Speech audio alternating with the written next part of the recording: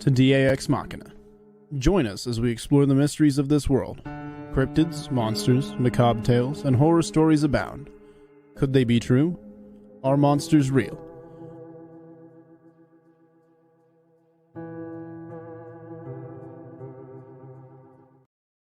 Good evening, folks, and thank you for joining us for this New Year's Eve edition of DAX Machina. Sorry we were a couple minutes late. We were talking before we went live and wasn't paying attention to the time. So we're a couple minutes late, but here we are. Appreciate you guys joining us. Man, we are popping up tonight. Already 52 people in the live tonight, and it's a holiday, so that's awesome. Before we get started, the first thing I want to say is, all of us here at DAX Machina, I want to say a great big thank you to all of our veterans, first responders, law enforcement, security, medical personnel. A big thank you and a hearty thank you very much, and we appreciate each and every one of you guys so much.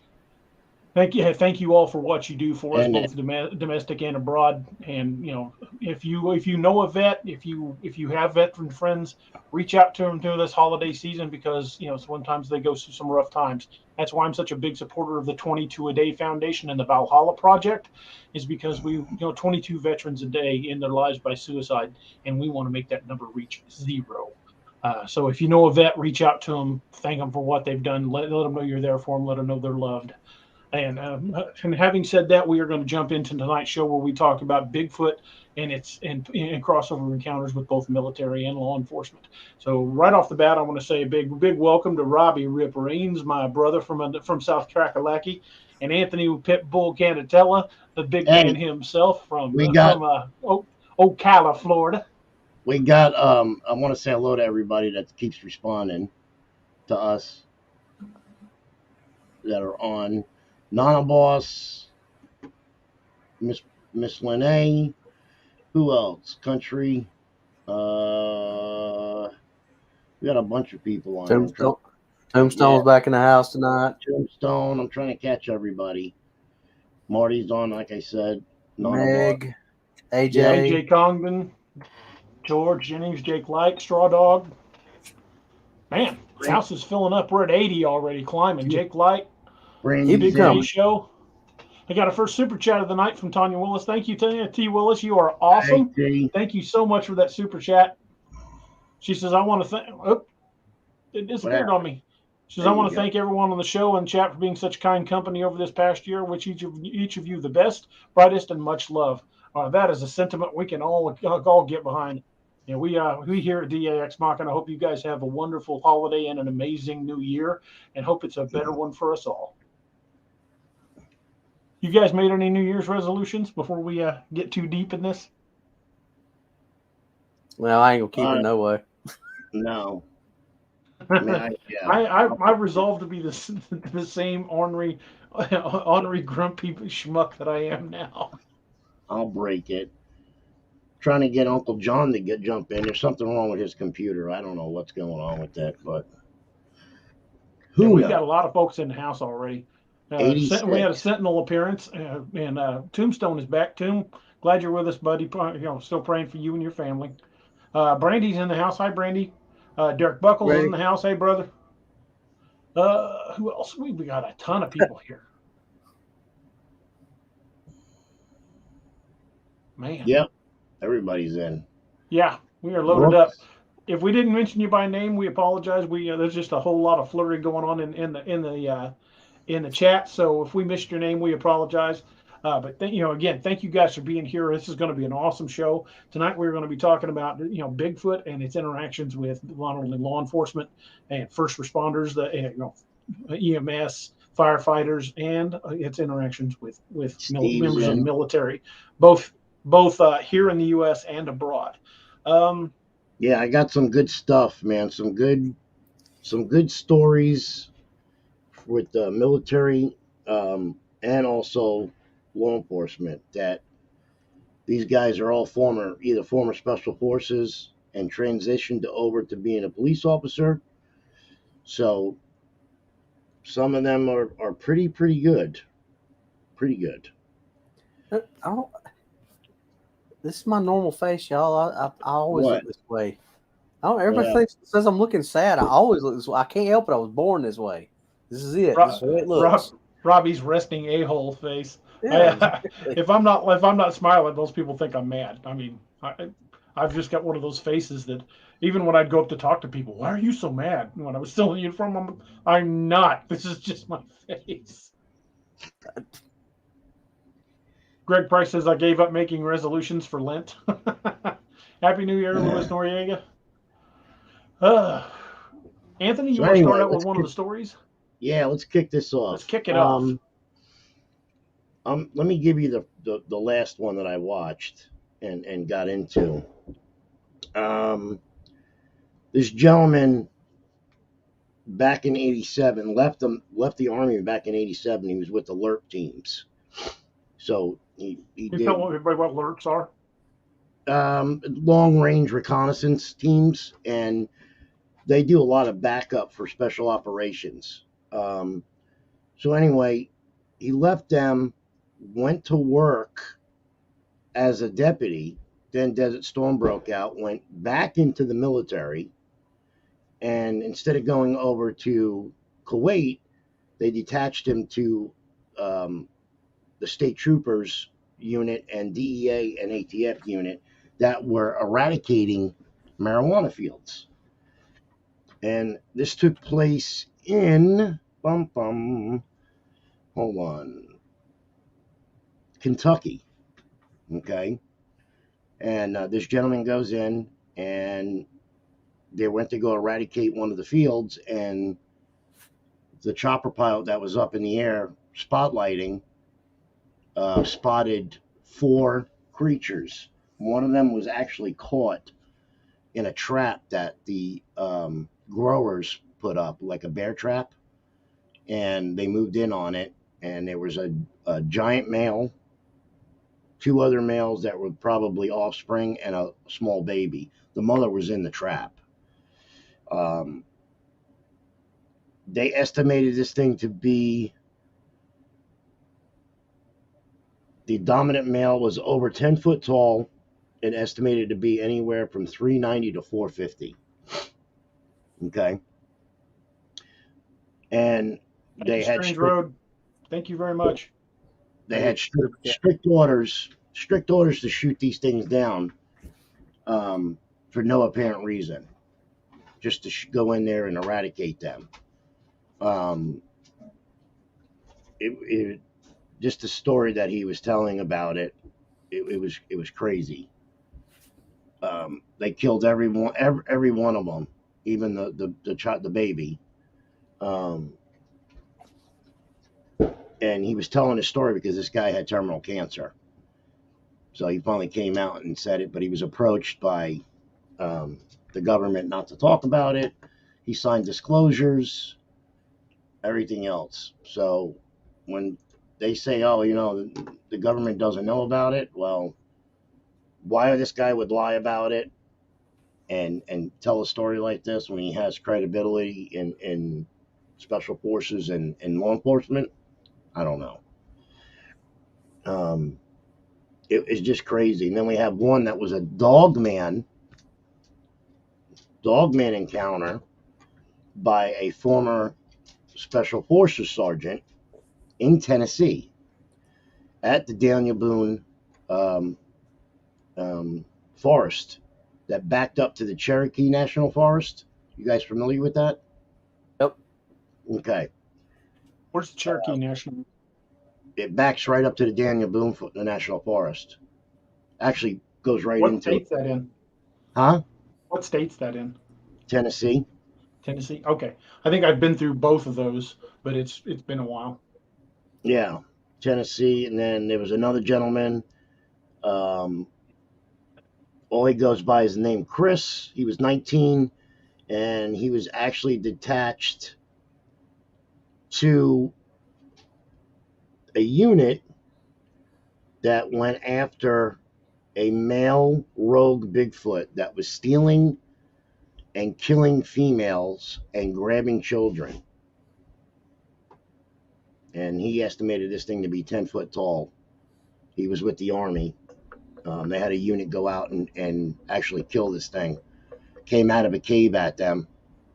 And this took place in North Carolina somewhere. And they estimated this to be 10 foot tall, and there was a bunch of CIA guys with them. The one in North Carolina, wasn't that supposed to be like a Navy SEAL team that went in after That was another, that was another story. But this one took place in 1982. This took place. They got detached by the sheriff. Actually called it in, and they went up there to eradicate this one thing, this one Bigfoot. So, I mean, you get all these stories going back to back. Then you have the other story about the giant of Kandahar. Yeah. Just nuts. And they shot this thing, the one in the cave system in '82. They shot this thing. He says there was 5 guys lighting it up with the 5.56, and it kept coming at them. It took almost 30 seconds to drop it, just to get it on its knees. People don't realize how long 30 seconds is in a fight. Right. Yeah, it is an eternity in a fight. Yep. And the one guy with he said they lit this thing up with 5.56, and the thing didn't even look like it didn't even bother it. 5.56 really not designed for something that big. No. I mean, it's got some pretty good penetration, but something with muscle mass that big, 5.56, I'm just going to basically piss it off until you've done so much tissue damage you can't ignore it. Well, the CIA guys told them no headshots, do pelvis shots, leg shots, and upper arm shots were all the vital big arteries and veins. That's the same thing I said in the Wild Hunt books. Right. You know, hit the neck where the carotid is. Hit the upper arm inside where the brachial plexus is. Hit the lower leg where the what is that big vein, artery in the leg? Oh, if you had to say, because I was about to say it. It was right on the tip of my tongue, and I completely forgot it. Yeah, the femoral artery, or anywhere in the pelvic girdle is a heavy bleed. Speaking of that, one of our captains, when I was with Greene County, he took 6 rounds to the pelvic girdle and drove himself to the EMTs. Damn. Wow. He survived. That is one tough son of a gun. I would say. James Luttrell says, I just finished watching Missing 411 The Hunted. I have no doubts about Bigfoot and other cryptids being responsible for a good percentage of the disappearances. I would agree. And in Anthony's case and in other cases where hunters have literally had one in their sight, Anthony can attest to this. He said he didn't take the shot because it looked almost human. There's a lot of, I've talked to several hunters who had that experience where they felt like they weren't sure it might not be a guy in a costume and they didn't take the shot. I think the Missing 411 hunters are ones that took the shot. Yeah, like I said, it looked more Native American, Aboriginal than anything.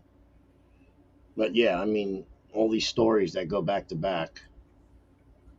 Brooks had a good comment. She says, I'm from the Texas Panhandle. I'm wondering if anybody if they sent in people to take care of what was at the Amarillo Zoo.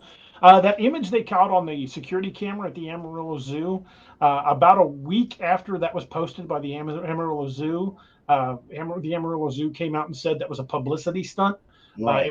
Didn't turn out to be a real cryptid. It was something they did as a publicity stunt, and they decided to out it and tell everybody when they had such a huge outpouring from cryptozoologists wanting to come to the zoo to investigate. So unfortunately, that one was just a hoax. Yeah, Northwood says shoot it in the groin. Yeah, there you go. All right. That's a bad day no matter who you are. Yeah. Yep. But yeah, some of these stories, man, that I couldn't believe some of them that they were talking about. Sergeant Deacon says, howdy y'all, hope everyone has a safe and happy new year. Hey Sergeant Deacon, welcome to the channel, good to see you. Derek Buckle says, the first story sounds familiar to the one from Brenton Solwin's channel. Story was similar, but Bigfoot was shot from ground vehicles. There are a number of stories similar to that. Mm-hmm. Those stories seem to be cropping up. One of my favorite ones that I encountered from the military, there was a special forces group doing Arctic training up in, I think it was Fort Greely, Alaska, and they were out doing practicing maneuvers in extreme temperatures. They were armed, but they were only armed with blank ammunition because it was a training exercise. they cut a trail way back in the woods of these massive 19 to 20 inch tracks in the snow. So they decided to follow it. And what they reported was that once this thing realized they were following it, it started using the same tricks they would use to throw people off their tracks. It wouldn't go through clearings. Right. It backtracked up behind it's on its tracks and went up trees. It jumped over onto rocks, but they kept following it. And they finally got close enough to the thing where they were seeing this large dark shape in the trees, and it turned around and screamed at them. And they were like, you know what? Look at the time. Maybe we should not be following this thing anymore. But they went back and reported it, and the military was like, yeah, those things are out there. Don't follow them. Just like the Navy SEAL team that Robbie mentioned. They went after that whole clan of them and eradicated them because they were eating people, supposedly, and harassing certain people in this one area. And was it North Carolina? I believe it was in North Yeah. Carolina. Yeah. Somewhere in the mountains up. Yeah. You know, and if I'm not sorely mistaken, I think not far from where that story we talked about with the little boy went missing, I don't think it was too far from there. Yeah. Where he went missing and said the bear took care of him. Mm-hmm. Yeah, that's a great story too. Mm-hmm. Anthony, were you able to track down that story I was talking about with the ambulance crew? No, I couldn't find it anywhere, man. I looked everywhere. I heard it on another channel, and then I tracked it down and saw an article written on it, but then I can't find it again. I don't know what. I don't know. It's probably me. It's probably something I did. I'm not able to locate it again because I can't remember where I heard it. But the story that I remember hearing talked about an ambulance crew that was running code to an accident, and they basically hit one because it was the slick conditions, and they were blasting it with the rumblers. Robbie could tell you about the rumblers. It's a type of siren that resonates basically on ultra low frequencies, and you can feel it. If you're not paying attention, you got loud music, and they hit you with the rumblers from behind your vehicle, you're going to feel it. Mm-hmm. But they apparently hit this thing with the rumblers, and it got up and started shaking the ambulance. And I believe they said it pushed it over. Yeah, they had the same thing. Same thing with another account with two deputy sheriffs were headed to a call, and something run out in front of them, and they hit it with their car. And they gave their testimony. So, sorry. They gave their testimony, and they were told not to talk about it. But he finally did. He was telling his wife, but they got threatened that they would lose their jobs, lose their pension. The government got involved. Their dash cam footage was erased. He was telling a story about it. Yeah, that's crazy, man. And the damage to the car, they told him that he hit a bear. That's what they said. You hit a bear. If anybody asked, the damage to the car was just totaled, he said. Totaled. Well, one of the first stories I heard that came out of the Joe Bald Rec area here in town, well, not here in town, it's up by Kimberling City, but one of the first stories I got out of the Joe Bald area and made me want to go up there was from a Stone County deputy who had driven back in there and find a quiet place to pull in and write reports. And he was sitting at his MDT, and that's mobile data terminal for those of you guys aren't familiar with cop jargon. But he was sitting at his MDT knocking out a report, had the car running, and he said something hit the back of the car, like drove its hands down on the trunk deck. He said bottomed the car out. And he immediately put his foot on the brake, and then the brake lights, he saw something extremely big and covered with hair behind the vehicle. He said there's no way it was a bear because it towered over this Charger. And this would have been about a 2003, 2004 Dodge Charger. And I asked him, I said, what'd you do? He goes, well, I threw that thing in gear and I bugged out of there and I haven't been back since. He said, I wasn't going to get out and try to arrest it. He said, the worst part was trying to explain to his sergeant how a brand new car that the trunk deck caved in on. He said you could see the impressions of the hands where they'd come down on that trunk deck. Yeah, How do you Dear write that Sergeant, accident it was a report? dark and stormy night.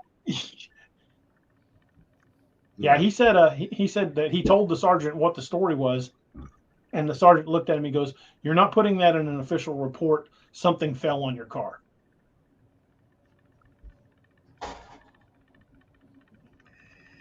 Yeah, Oh I could see boy. that being what.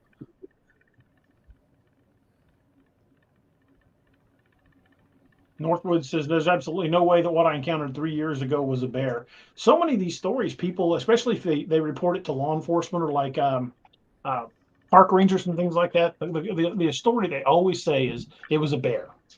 Yeah. It's a misidentified bear, and I don't understand how they can say that because I've seen many bears in the wild, and they're obvious they're he rear-ended a bear. Makes me think of that scene on Super Troopers. Maybe I shouldn't get into that. Oh, yeah. Don't go there with that one. Yeah, let's not go there. Hmm. Oh, Rethink says, guess I need to find a backpack-sized LRAD I can take camping in case one of them damn thing tree crackers needs me to turn its lights out. You ain't wrong. Yeah, Tombstone says the old "it was a bear." Um, there was a story that I caught, and I've told this story before a few times on the show, and I'll go ahead and tell it again because it's one of my favorites. Uh, when I was still an active cop, we would go to other agencies and other places for training. Um, I picked up all kinds of extra training hours. I mean, there were hours. We're required in the state of Missouri to turn in 24 hours of additional training per year to continue certification. And there were years I turned in almost 200 hours of training because I loved going to a lot of those training classes. Well, ran into a guy from Arkansas, and we get to talking Bigfoot. We were actually first started out talking hunting stories, and then I brought up the subject of Bigfoot, and he says, "Well, I got a story.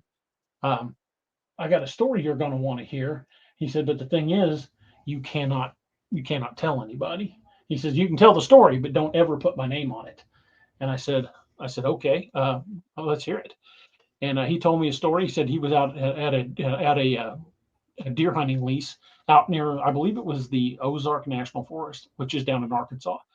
And so got there early, got up in his deer stand, and he had one of them soft-sided cooler lunch boxes with his lunch in it. And he wrapped the strap around his leg while he was up in the stand, and he said he kind of dozed off. Well, he came to with something tugging on that lunchbox. He said he was 10 or 12 feet up in the air. And when he opened his eyes, this Bigfoot creature was standing in front of the deer stand. He said his head was about level with his knee, and it was tugging on his lunchbox. I said, "Well, what'd you do?" He said, "Well, I gave it the damn lunchbox." And he said, once it walked off, I climbed down out of the tree, and I haven't been back. He says, "You want that deer stand? I'll tell you where it's at, but I ain't going back out there."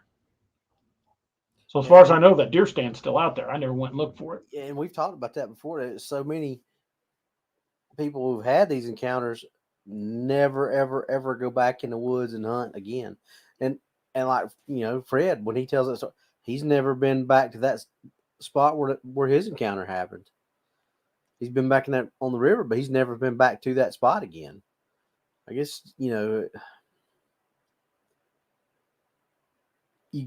have an encounter like that when you're older and your mind can't accept it as well as it did when like me being a lot younger when I had mine. Mm-hmm. My brain had time to process it and deal with it and go on about its business. But when you're on up in age, it's like mine. When you guys come up for the conference, come down for the conference, that's really going to be the only time I've ever been back in the woods when we go. I haven't been back in the woods since. I mean, if we stay overnight, I mean that's. But it's a processing thing though, right? I'm going to be on real high alert. I can tell you that. You guys are going to be like, "What's wrong with him?" I'm going to be, that rifle's going to be sitting next to me right by the campfire. I'll be like, my head will be snapping around left and right. Marty found that ambulance story. She did? She sent it to me. I think I got some of the details wrong. It was reported on the Sasquatch Chronicles. I'm going to basically just read it verbatim. It says, "I'm currently in the mountains checking out a new area. Woody and I tested out the new night vision." Oh, well, that's not it. That's leading in. Tonight we speak to Joe, who had an encounter in East Texas. He wrote to me a few weeks back, and here is what he wrote. Wes, I'm a paramedic on the coastal Bend area in East Texas, and I discovered your show about 7 months ago when one of these things started vocalizing at us and throwing rocks and large limbs at our unit at about 3:45 a.m. when our ambulance got a flat on a country road after transporting a patient to his residence. It was way out in the country. My partner and other first responders have ran into these things in the past, but I would always laugh it off until that night. This thing came out of the woods and charged our ambulance. My partner accidentally switched on our siren, and we heard huge footfalls, and then a huge rock hit the side of our unit, followed by a large log. It screamed at us after that, and we both got into the unit and sat for about 5 minutes. I told my partner to shut everything off except for the floodlight. When he did that, he hit code 3 lights because his hands wouldn't stop shaking. I then shut them off immediately. When I turned to face the woods, it was already standing about 30 feet away, curling up its mouth at me and my partner, and my partner couldn't move for the first 5 seconds. And then our first responders autopilot must have kicked in. We started to lock the doors and advise Central to contact PD. This thing must not have liked that fact. We were moving around, and that's when he charged the unit, and the ambulance ended up rocking almost to one side. I didn't want people to think we were crazy or lose my job, but I've had nightmares ever since, and I hate taking 911 calls in the country now or transfers. So I guess it didn't knock it over; it just came damn close. Well, I think when we was doing our Dogland stuff, I think that's where I heard it. But I heard a story about another ambulance that was answering a call out in a very rural area like that, and as they're driving down the road, they see something out in the road, red eye shine, or the feral yellow. I can't remember which color the eye shine was. They stop, they focus the lights on it, and this was one of those ambulances that had was equipped with the cameras all the way around it, just for medical purposes, I guess, or backing up or whatever. It had the cameras all the way around the other sides of it. So while they're sitting there looking at this, the guy riding in the passenger seat tells his partner, "Hey, turn on all the lights." When he flipped on the lights, he flipped the cameras on too. And while they were focused on the one in front of them, so the driver looked down and just happened to glance down at the camera in the back, and there was 4 more sneaking up behind the ambulance. I heard that. Yeah, I remember that. I remember that story. Yeah. And there was one, and I believe it came from East Texas, but this doesn't involve a cop. It was a FedEx driver, a woman FedEx driver, said every time she went to this one particular house and they got a lot of packages, she always felt strange. It was out in the middle of nowhere. And then one night it was raining, and she stopped at the side of the road and was going through packages, and something hit the side of her truck. Well, she didn't know what it was. She looked out, didn't see anything out there. Made her package delivery and then got out of there. But she said to continue to get, this weird feeling every time she was out in that area. And then, she stopped one time and had immediately stepped into the back of the truck to get a package. As soon as she'd stepped in, an arm came in, a big hairy arm came in the cab of her truck. And she said that she was pretty sure that thing was waiting to ambush her. If she hadn't moved, it would have got her. Yeah, that was she was delivering for Chewy's. It was the milk bones. That's right. How ironic. Yep.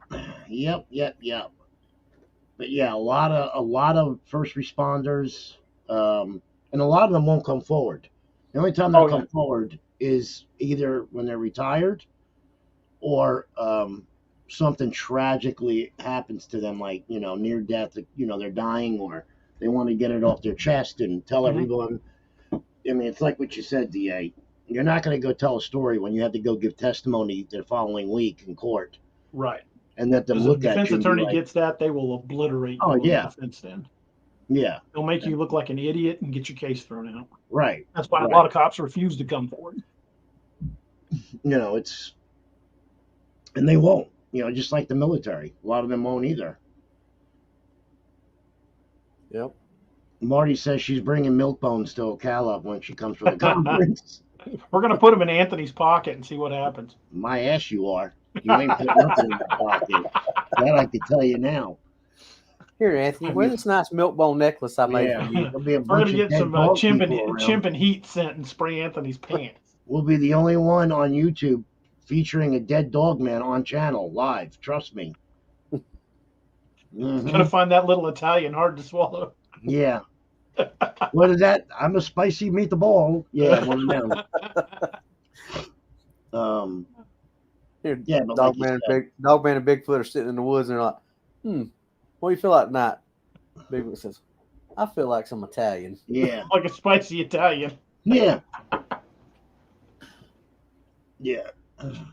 And Yeah, Joseph Marino says you're gonna get a drug test for sure. He's not wrong. Yeah. Oh yeah, you will. Yeah, but you don't. You're not going to give testimony. You're not going to No, go and say, definitely "Hey, not. by the way, we hit something in our car and it got up and ran off on all two legs." No. Tim Parker had a good point. He says, "Hey, my house is way out in West Virginia. I have heard a lot loud knocking around 4 to 5 in the morning. Loud knocking 3 big times, bang, bang, bang, then low grunts. That sounds like you've probably got one in your area." Mm-hmm. Huh. Northwood says you're also not going to report something in the military when it could cost you a security clearance. Exactly. You ain't wrong. Yep. Trish put it. He goes, "That's a spicy meatball." Rethink says, "Yeah, I got beers in the fridge. They're probably 5 years old. Only 2. Ice wine that's been open a year, almost completely full. A bottle of Scotch full that are ancient. I stopped drinking." Well, I'm having a wee bit of the creature myself tonight. It was a Christmas gift from Mr. Robbie there. Mine's gone already, Already? bro. I put that in my coffee. That shit's What are you, nuts? You drink a lot of coffee. That's true. You drank it Dang, already? boys. Damn! I thought I was the only one. We got a new subscriber. Melkor Fredericks are subscribed to the channel. Thank you, sir. Oh, and speaking of that, I wanted to say something I forgot to say at the end of the show last time. I wanted to say thank you to, let's see, where's that? Travis Drum and Lahana Porter. They've both been Wild Hunt members for 9 months now, and Job Hayes and Sheila Ebelin have been Wild Hunt members for 3 months now. So thank you guys so much for being members on the channel. You guys are awesome. Inky says, so I heard from another channel that there was hair recovered from Meeker, Colorado, where the cattle mutilations happened. They were DNA tested, and one of the samples came back already. It was hyena. What? That's wild. I need to look into that. Inky, if you've got a link to that, can you shoot me a email on that? I'd like to look into that. I don't want to do a show on the Meeker, Colorado thing. Vicky Mantel says, I'm sure a lot of people don't know that there are places to report experiences. I had no idea until a few years ago, and I know my brother-in-law would have never told anyone outside the family and neighbor 40 years ago. You can always report things here. Yeah. If you've got a dogman encounter, you can bring it to us, or you can take it to the North American Dogman Project. A lot of places report to the BFRO, and I'm not saying don't, but if you've got an encounter, we would love to hear it. Ron Yelton says, my mom had something run across her roof and knock some bricks off her chimney. The next morning, she had a black helicopter hovering outside her kitchen window. This happened a year ago. The government is well aware these things are out there. Yeah, they are. They know that they're there. They know. Yeah, I firmly believe that. Why would you have all these special forces guys coming forward, telling their story? What do they have? They have nothing to gain out of this. Really. Yeah. Stephen Rivas says, last year in October, had a possible Sasquatch experience with my fiance, and an acquaintance had a very odd but interesting. Hey, if you want to write that up and tell us the whole story, I would love to hear it. You guys can email us at daroberts@daroberts.net. I would love to hear the story. We might even read it on the air if you don't mind. Yeah, and if it's the War and Peace version, I'm going to be the one reading it. So It'd be Robbie. Northwood's already had a good comment. He said, why, Dogman and then his ex, but, He's a little slower tonight than he was Wednesday. Yeah, man. What happened? Oh, Wednesday, he was like a minute in, and he already had a good 3 or 4 comments. Richie Evans says, question DA, cowboy as guest, works as a paramedic, had the Sasquatch attacking him. Dude, shoot me a message. Yeah. Yeah. Yeah, shoot us a message. You know, Yeah, Richie's right here. if you've got a big experience like that, we would love to have you on to talk about it. Richie's in Crystal. I believe he's in Crystal River. Am I right, Richie? You're right by me. You're not far. You're like 25, 30 minutes from me, man. Uh, Papa Bear says, I always reported weird stuff when I was in the Army. I guess that's why I never could make Sergeant First Class. Papa Bear's an Army vet, and he's the one that was telling me about Barmanu in Afghanistan. First time I ever heard about him was from Papa Bear. I would love to get him to tell us some stories sometime. He only gave me some details, but didn't tell us the whole story. But I used a lot of those details in one of the stories, the story Dog Soldier about Will Gray Eagle in Afghanistan. But a lot of those details he told me went into that story. Nona Boss Marty says, we actually have reports of hyenas down the South Everglades. They can thrive here. There's plenty of game. Yeah. It was during the hurricane. I told you. When that hurricane came through, man, Lion Country Safari got, I mean, if I might be wrong, but Marty, am I correct? Didn't one of the lions get loose and they had to track it down in the Everglades to capture it when that hurricane came through back in what? I think it was the 90s. Chairman Meow says, wait, who had the dogman hair tested and it came back as hyena? That was from the mass cattle killing in Meeker, Colorado. I'd like to hear more about that myself. Northwood says, my goal for 2023 is to top my ex crocodile comment. That's a good one. You're going to have to work on that one. That was a good one. Yes, she said after Hurricane Andrew, when it came through Palm Beach County, it did hit Lion Country Safari, and a lot of the animals got loose. Mm-hmm. That's why there's ocelots that run around out in the Everglades now. They're like giant. It looks like a miniature leopard. That's what it looks like. But it's a little bit bigger than a house cat. So I wouldn't be surprised. Yeah, the hyenas running around out there. I've heard the stories. Y'all got everything running around out there in Florida.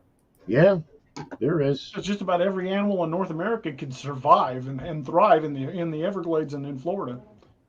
Yeah, he's Richie's in Crystal River. Yeah, I know where you're at, man. I know exactly where you're at, brother. That's right. We talked before, man. Richie, you coming to the conference in the Equestrian Center in Ocala in April? Like to meet you, man. Hook up.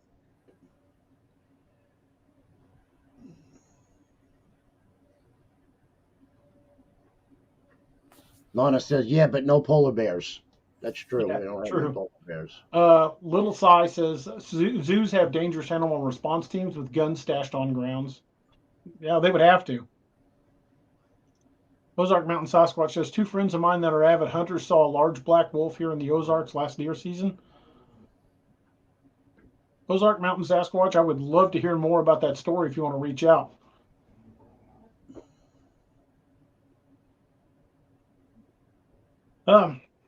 That story you were talking about earlier, one that happened in North Carolina about the Special Forces team, I remember that story, and that one, the reason that one stuck out to me is there was so much detail with that story. They talked about how local people that lived outside of town were getting taken out, and the sheriff had tried to stop the things and couldn't. So they sent in a team of Navy SEALs, and they tracked it, and they basically had a firefight with these things in a canyon a few miles away. They tracked them to a canyon. Took them a couple 5 of the Navy days. SEAls were killed. 5 days it took them to track these things down to a cave. Yeah, a couple of the Navy SEAls were killed. One was yanked up into a tree and torn in half. Massive firefight, and they ended up helicoptering out a bunch of the creatures' bodies.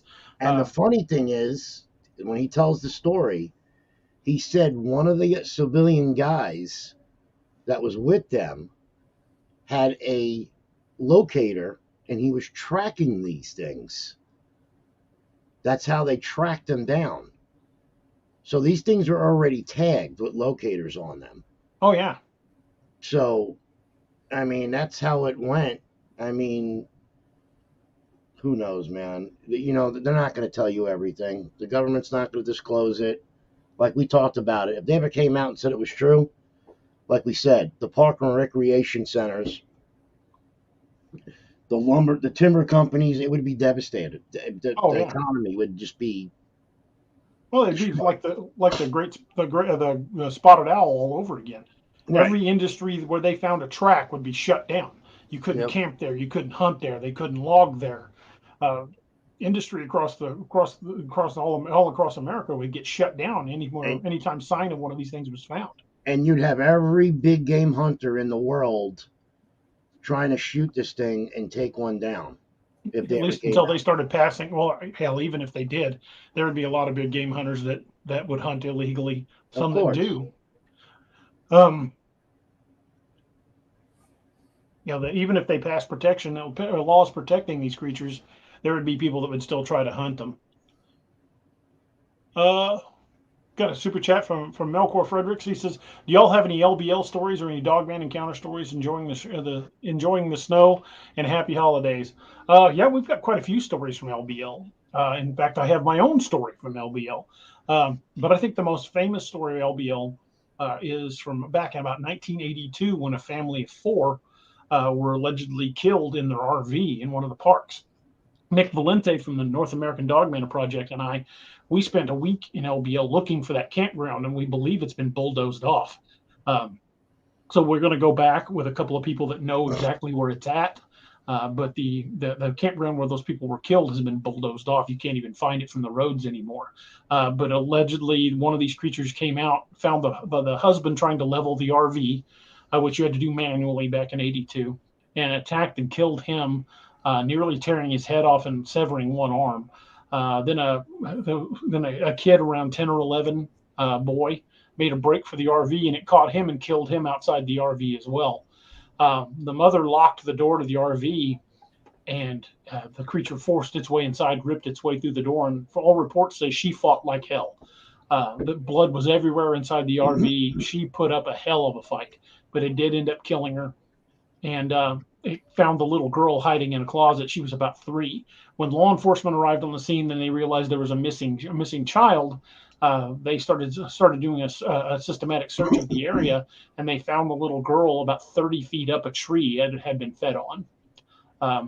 Military units were called in at the time, and reports say that a few days later, back then it would have been a Huey helicopter came in, lowered a cargo net, and lifted something out of the woods.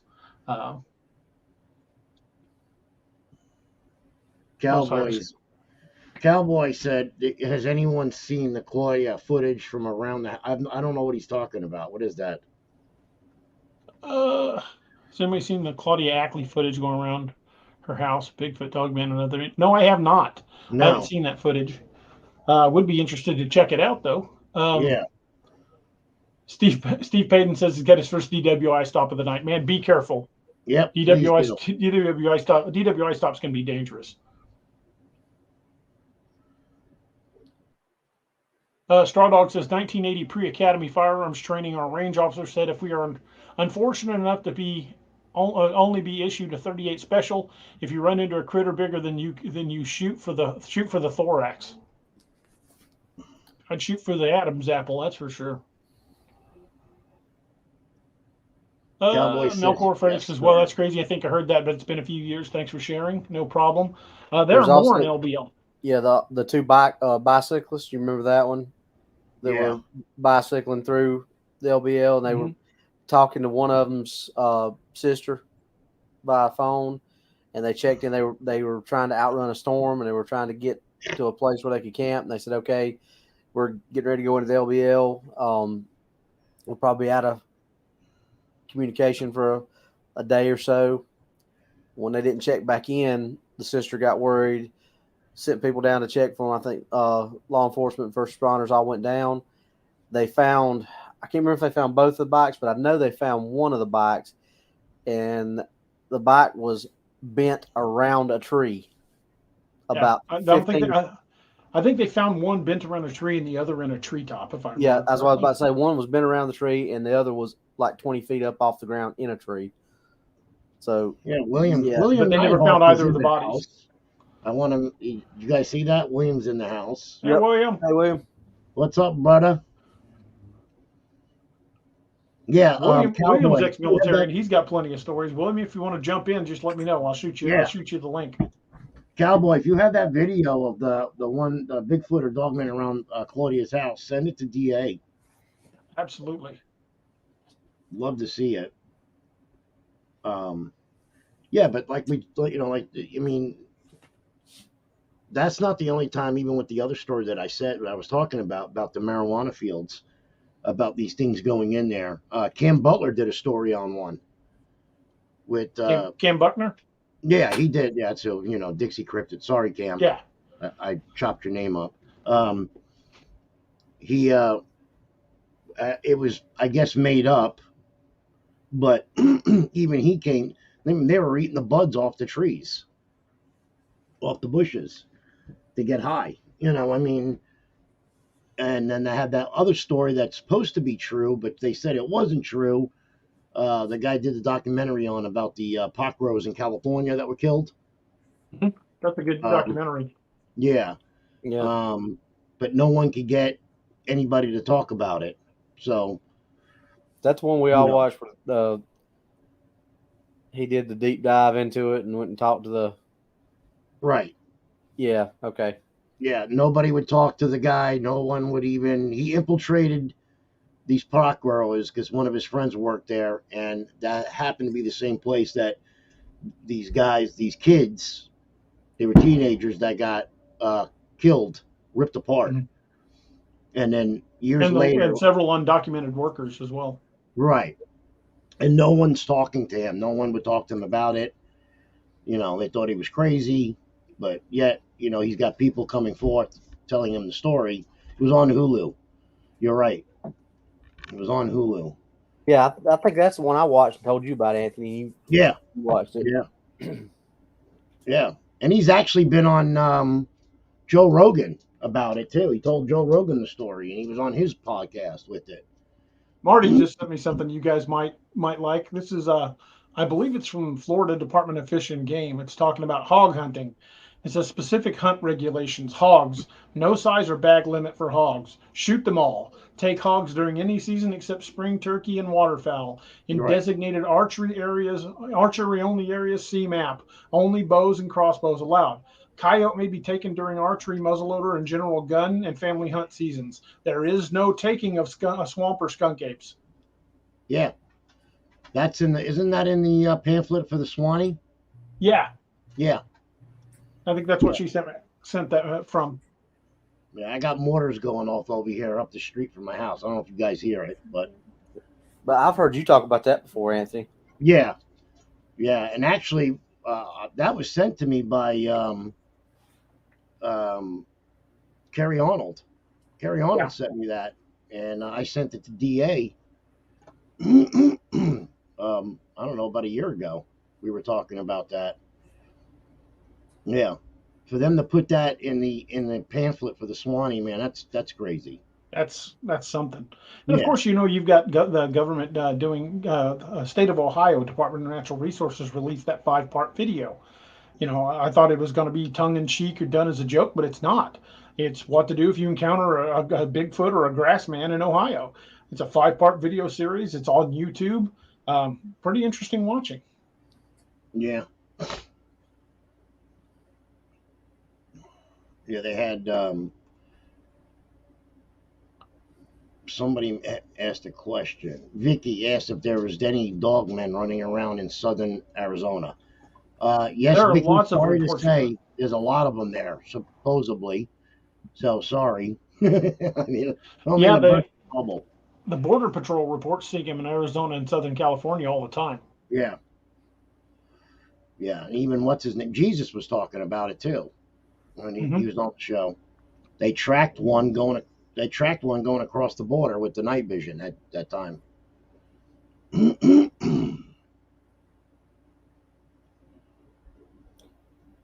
What else? I'm trying to catch up on the comments. Let's see. Yes, Bob Foot. Yes, it was the Steve Lilly story that he told. You're right. That was it, about the pot fields. Yeah. Yeah. Yeah.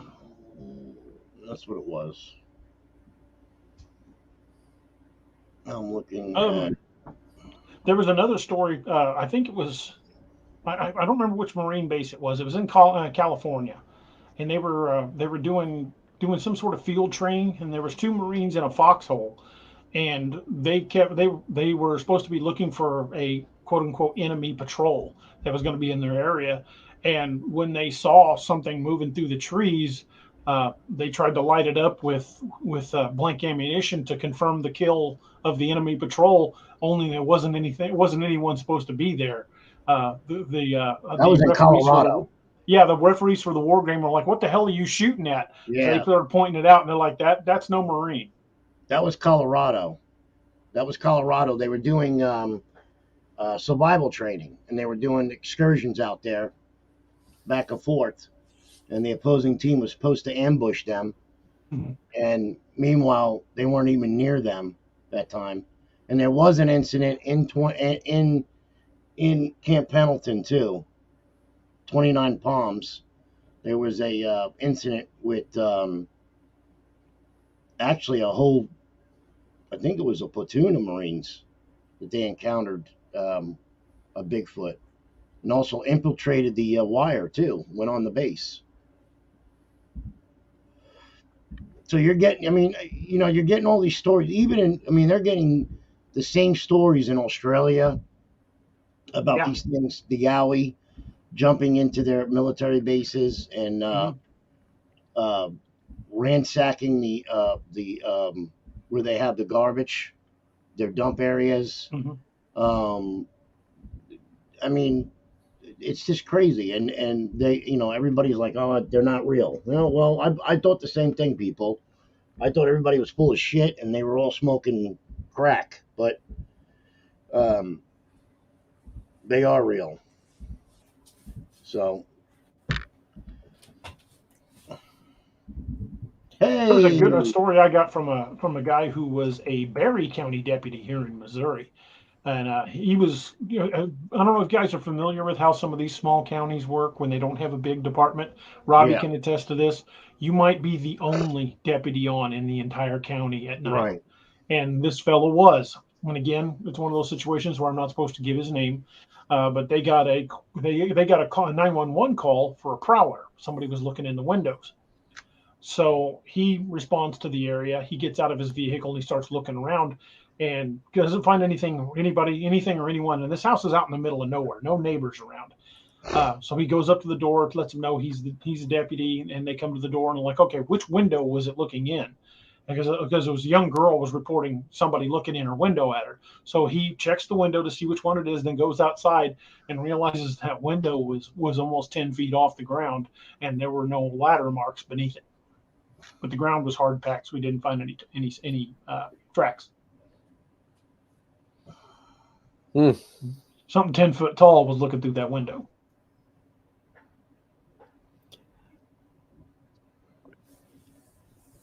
He said it was one of those cases that he was pretty happy he didn't find it. Yeah, that would be, especially at night, walk around the back of. You've been there, just like I Oh have. yeah, You get a prowler call. How many times have you got prowler calls? And great, here we go again. yeah. Here we go again. Or it's the same person that calls. Yeah, I got a and prowler looking in the window, and you walk yeah, around the corner of the trailer or the house or whatever, and see something like that standing out there. yeah, yeah. That As we like to say, oh boy, would you look at the time? It's about half past. Time to yeah, get the hell up out of here. I have gone to a couple of prowler calls where I didn't see anything, but something just gave me the heebie-jeebies the whole time I was walking around the house. And I'm generally not the guy that gets creeped out. I'm generally the guy who, if I feel like something's around, I'm going to go find it. But there were a couple of times, especially out by Walnut Grove, where I would go around a house and I'd be right. like, there is something out here. You could Did you just run? Did feel you it. ever run into like Mary Ingalls and them out there when you were there? I'm here all night, Wah, people. wah, I'm here all night. wah. Little House on the Prairie, little inside joke there, people. If you don't know what that is, Toshi the Wolf says, look at the creep in Lakeview, man. yeah. That other than the He got a Gugway bad getting him, night. that was based on a call a buddy of mine went on. Look who's back. Heck, We have to say, look, we have to welcome her back. Did you see who's back in chat after months being gone? who's that?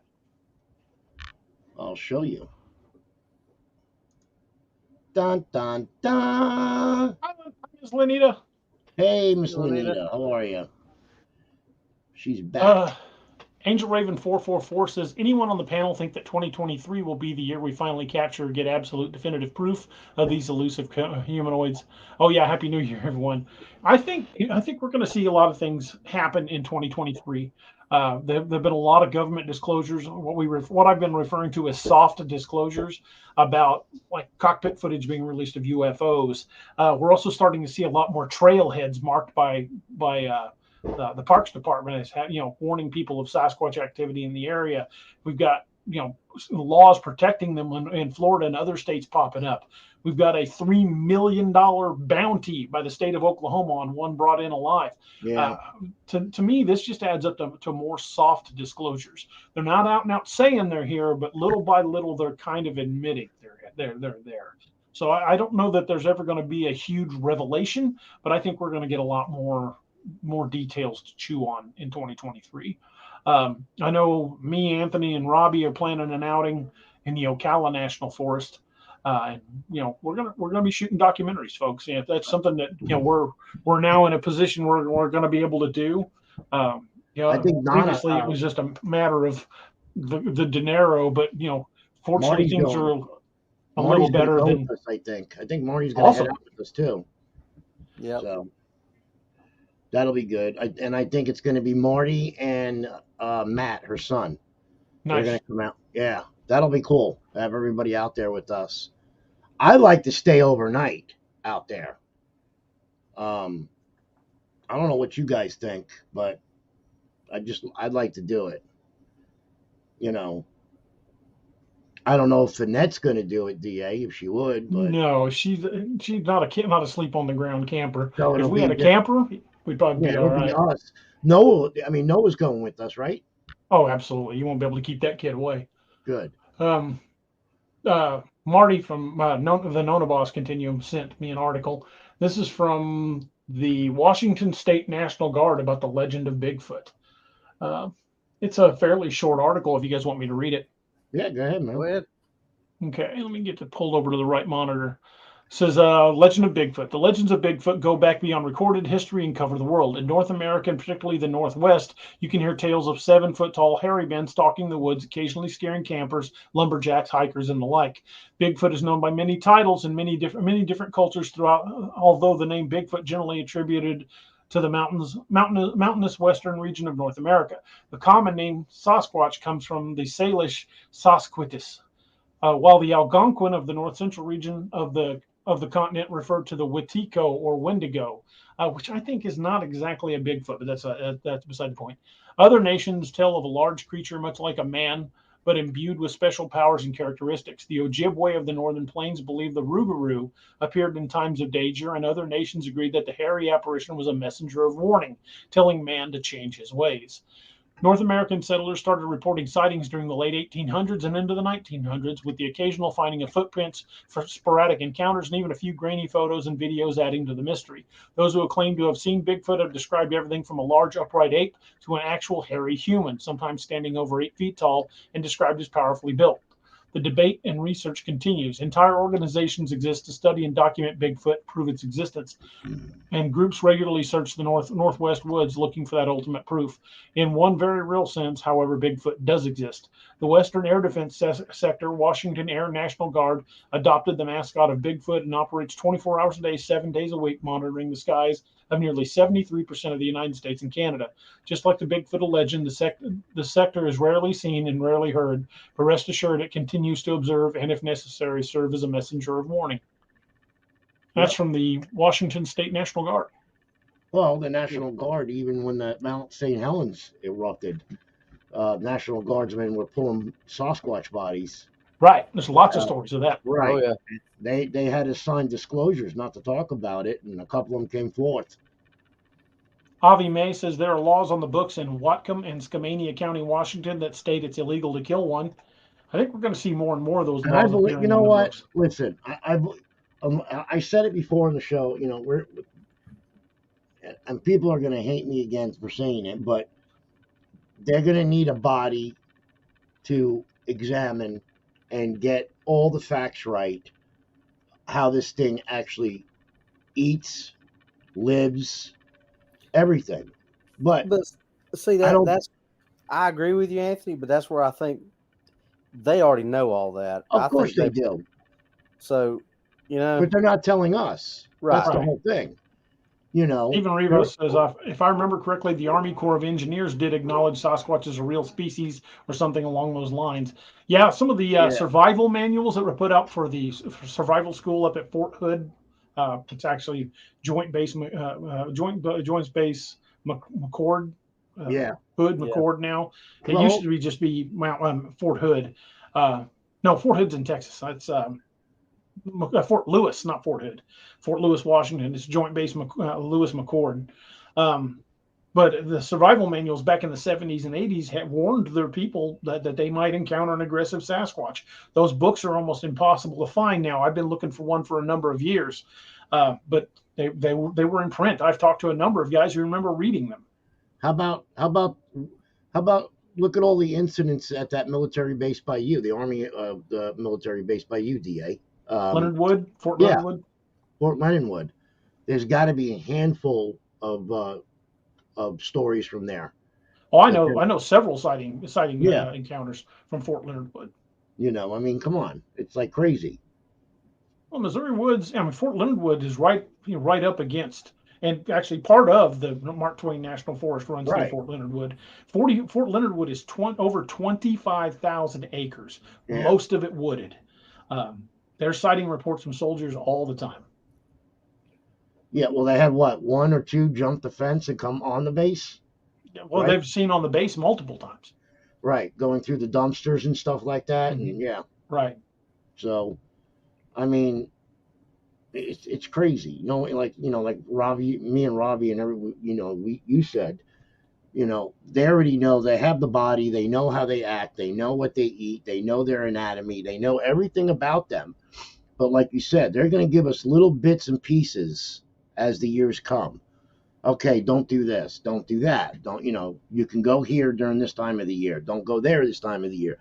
So, like Robbie said, they know what's going on. Of course they do. The government knows. They're not stupid. So, Yeah. if they can weaponize it, believe me, Oh, they're studying it. Trust me. Yeah, if they can find a way to weaponize it, they will. And I've said for a long time, I don't believe that Dogman or Bigfoot was created in a lab. I think they've been around for a very long time. Right. But our government is not above trying to weaponize something. Mm-mm. Ron Yelton says, I got screamed at back in '83 in Herculaneum, Missouri, down by the Mississippi River. A lot of reports along the Mississippi and the Missouri. Yeah. There's quite a few Dogman stories coming out from around Hannibal, Missouri. They call it the Hound of Hannibal. Yeah. Yep.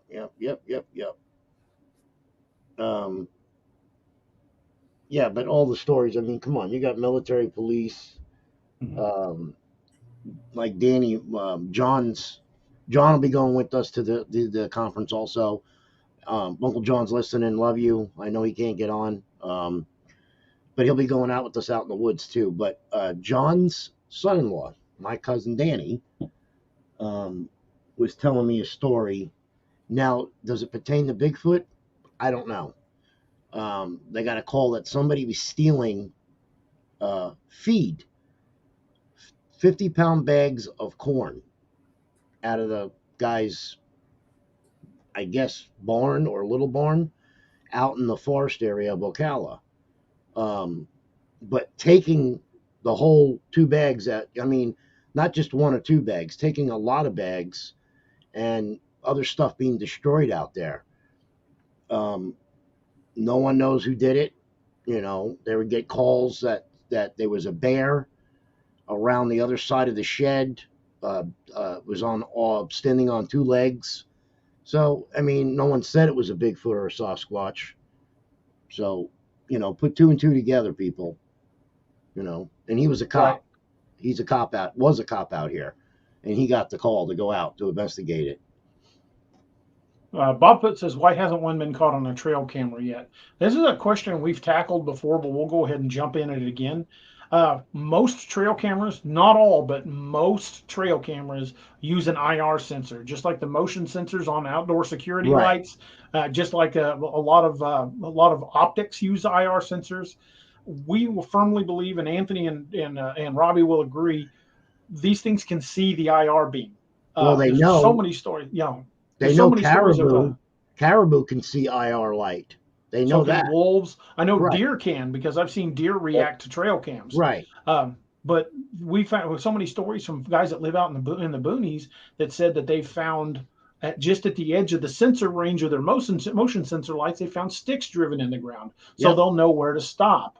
Or other times they will sneak up to the house during the day and push them up so the sensors won't go off. We firmly believe these things can see the IR spectrum. Yeah, I mean, like that one guy that I know that lives over here in the Panhandle, that one that he has a bunch of a family of them harassing him. They would rip his lights off the house during the day, the motion lights, and just rip them off the house, and also place sticks, like DA said, in the ground to where they knew where that IR light was, so that if they went past it, it would set it off. So, yeah, they're not dumb ape creatures that everybody thinks they are. I mean, if the DNA is true and they are half human from the female side, they're not dumb. They're intelligent. So,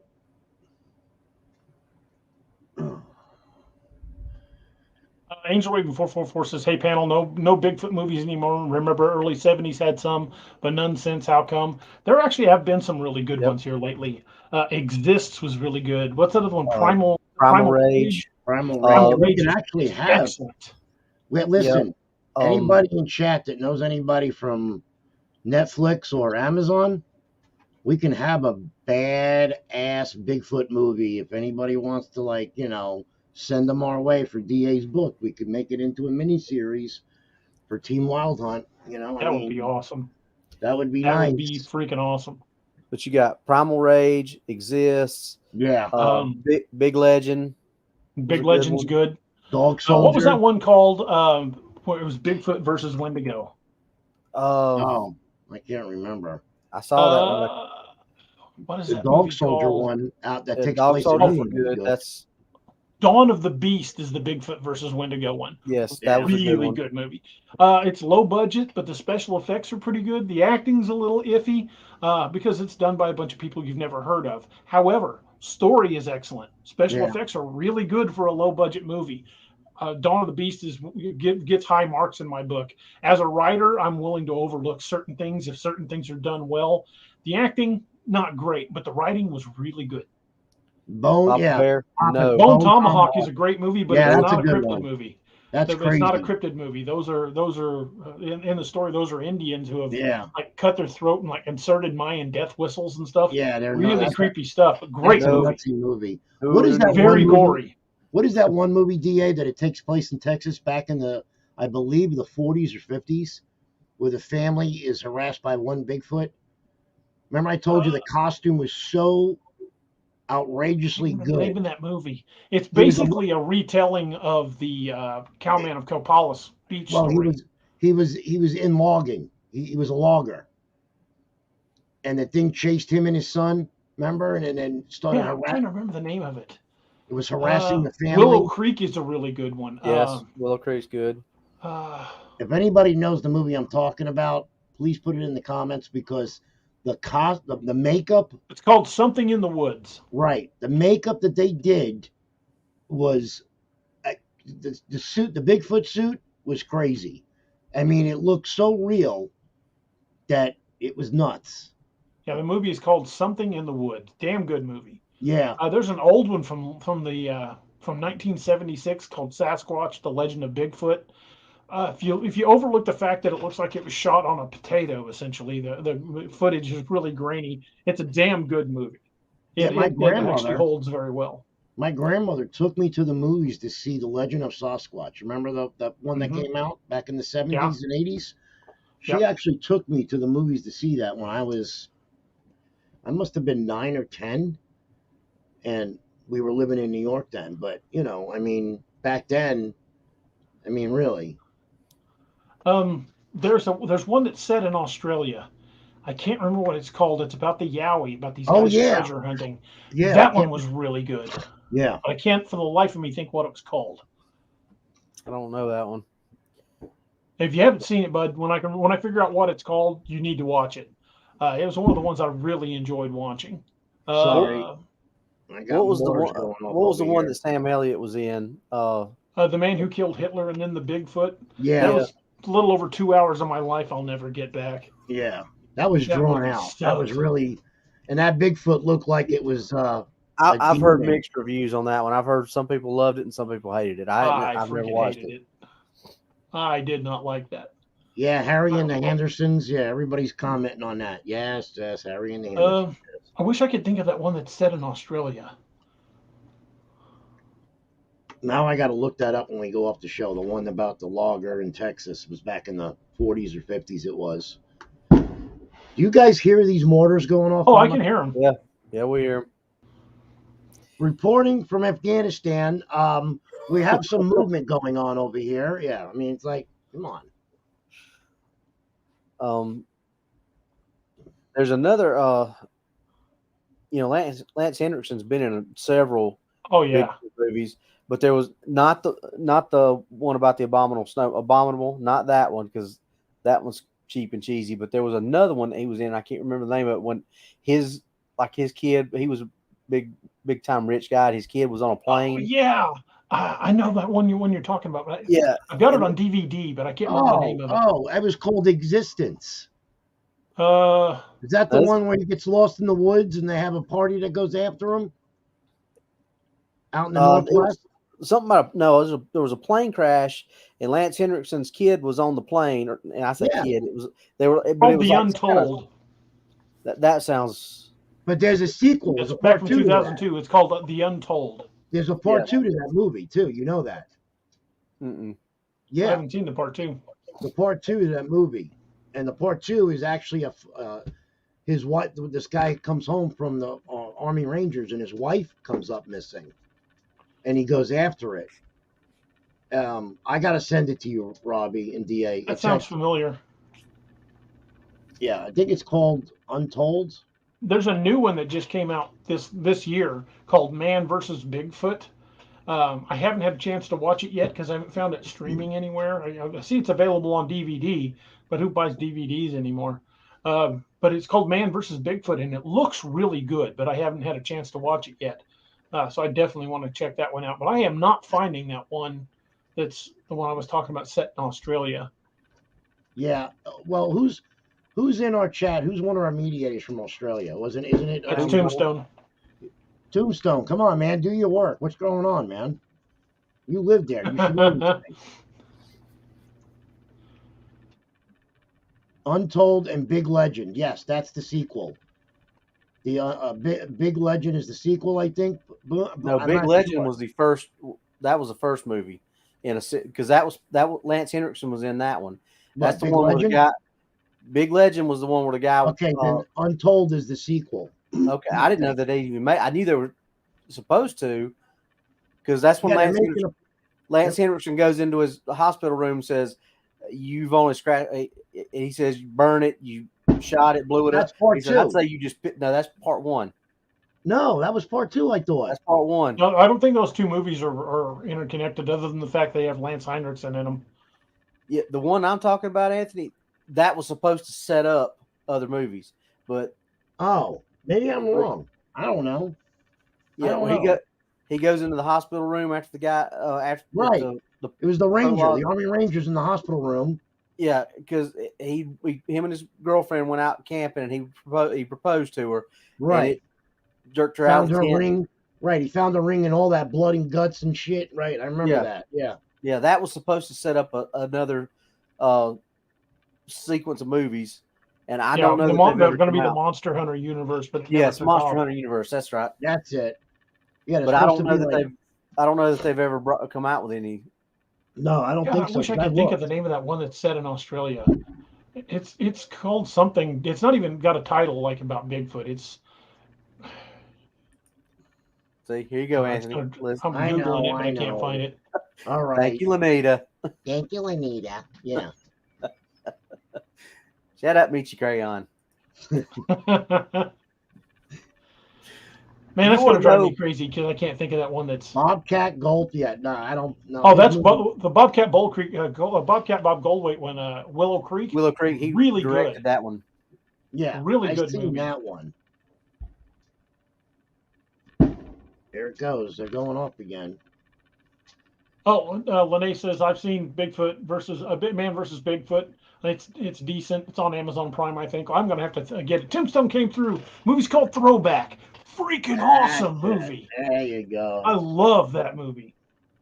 I have to Yeah, look into it. Boonie Dog 1 got it. came- Now Bob Foot got it too. But yeah, Keith Von Rensselaer says another good one is Bone Hill. Little Slices for the 1,000th time throwback. Sorry, I was looking it up on Google and didn't even have my chat up.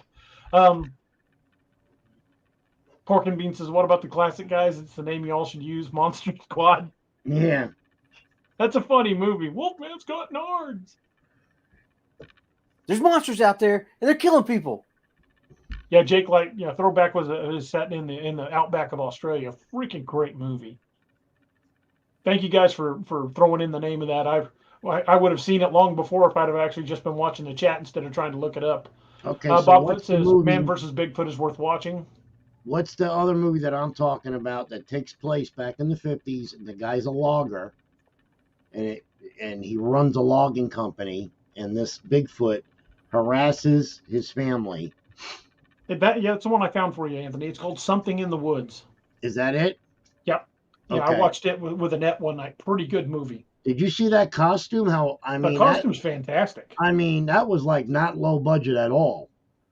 That thing looked so real. It was crazy. There's also another, and it's kind of cheesy, but the premise of the movie is pretty good. There's poachers, and they accidentally kill one of the Sasquatch's kid, or a Sasquatch's kid. Oh, is that the one where there's a bunch of college kids and they hit it? No, that's exists. Yeah, this one though, there's a Native American who's I guess like the game warden, park ranger, whatever. There's a sheriff. There's some poachers who are trying to. Oh yeah. And there's some high school kids up there that are doing their. Yep. It's kind of the premise of the story is actually pretty good, but they could have done a little bit better with the special effects, and with cinematography wasn't that great either.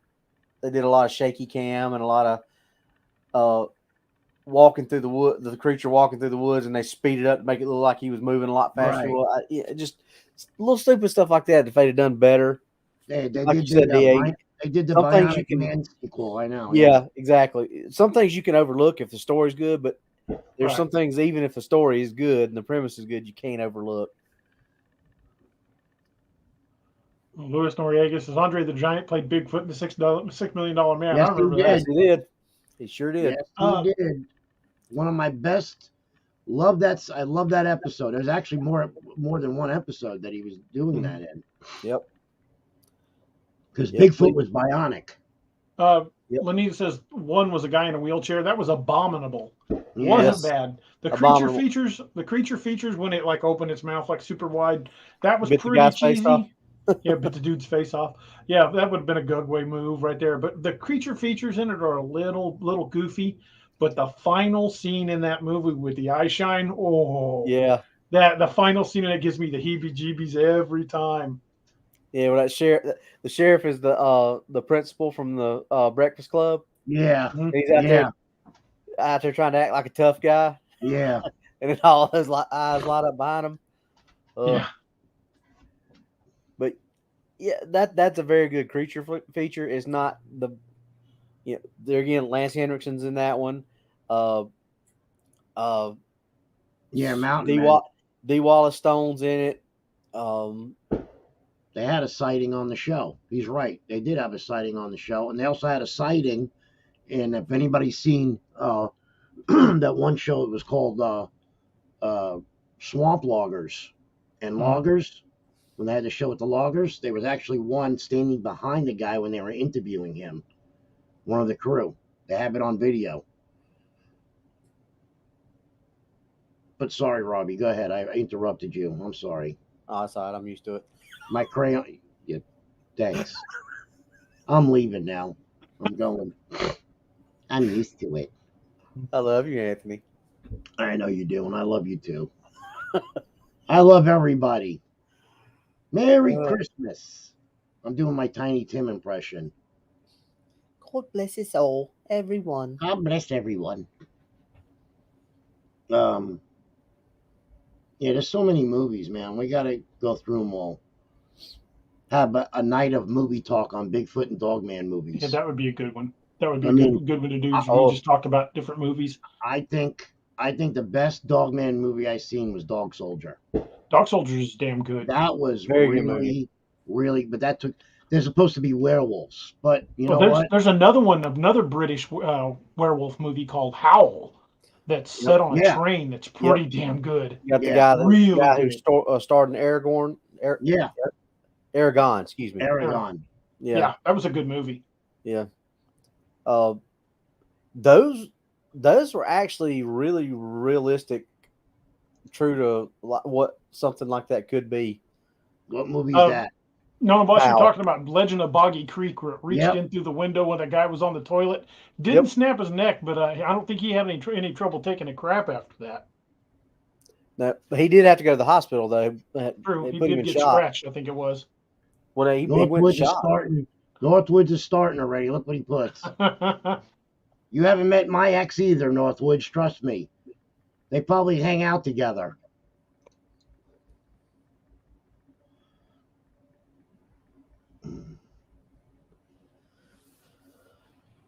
I seen that. Thanks a lot. I got your crayon right here, buddy. Still love you, Dave. Still love you. This is definitely a Code Brown Pants moment.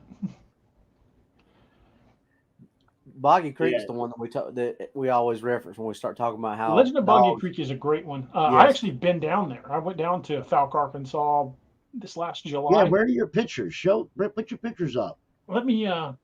That'd be a good place to. William said Abominable. Yeah. Well, wasn't the original Abominable movie? Wasn't that done in the 20s or 30s? I don't recall. I've only seen the one you're done talking about. Recently. Yeah, I don't think it was called Abominable. I think it was called. Well, it was called The Abominable Snowman. There was one called The Abominable Snowman. Yeah, that was the old black and white movie. Yeah. That was a pretty famous actor, I think, was, and I can't remember who it was, but it was based. The guy's character was based on Sir Edmund Hillary. Right. I mean, it wasn't actually him in the movie, but that's who he was who the character was based on, or supposed to be. Boy, did we get off track called Military and Police. We're talking about Bigfoot movies. Yeah. We did get pretty well sidetracked, but that's when do we ever not? But how much could you talk about Military and Police Bigfoot sightings? I mean, they're all the same. You know what's going to be funny? We can't talk about it. Anthony, if you and I ever do our movie chat show, you know what's going to happen, right? What? We're going to be talking about movies, and all of a sudden we're just going to break off into a tangent of talking about cryptids stuff. Right. Yeah, I know. I was thinking the same thing. There's me outside the Monster Mart in Falk, Arkansas. Yeah, I remember DA sent me those pictures. See if I can find some more of them for all of my camera rolls. You got pictures of the museum inside too. You took. Yeah, took a bunch of pictures inside the museum. Yeah, that was pretty cool stuff. That's some of the castings they had in there. Yeah, and pictures and stuff. Let me find some of the ones of the other plaster casts. The Monster Mart down there is a really neat place. It was cool talking to the owner. Turns out his last name is Roberts as well, so he started calling me cousin. Hey, look what Jesus sent us $2. Thank you, Jesus. Thank you, sir. Appreciate you, brother. Here's a good one. Get if it'll upload.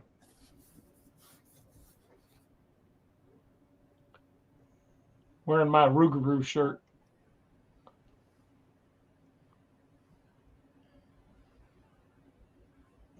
Yep. That's a badass picture. I like that. Thanks, man. Annette took that. There's some of the plaster casts that have been taken. That's a hair sample that they collected. Can I ask you a question though? Sure, shoot. Why is there a blowfish in that display case? I have no idea. What do they use it to brush their hair out in the wild or something? I mean,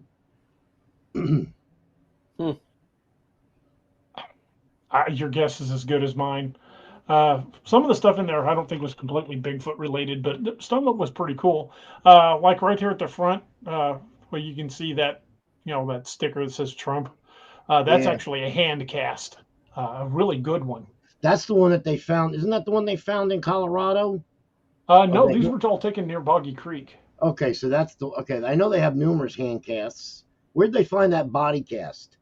That was the Skookum cast. It was done up in, I want to say, Why is it Washington? Washington or Oregon. Yeah, one of the somewhere up there. Is where it was laying on its side, reaching up for fruit or something, whatever it was. Yeah.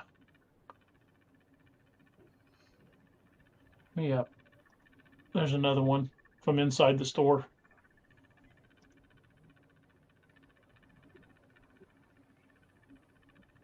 See if we can find some more of the good ones. Guess who just texted me? Who's that? Uncle John's trying to get in, not him. Scott from up in the Panhandle where he has those Bigfoot harassing him. Oh, really? That's awesome. He just texted me. He goes, "Hey, Happy New Year, brother. I work nights now. I'm working tonight. Hope you're all doing well."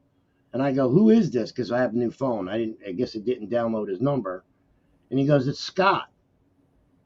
I said, "Hey, brother, how you doing?" So I'm going to try to get him back on the show because I know his dad was sick and, all that stuff was going on.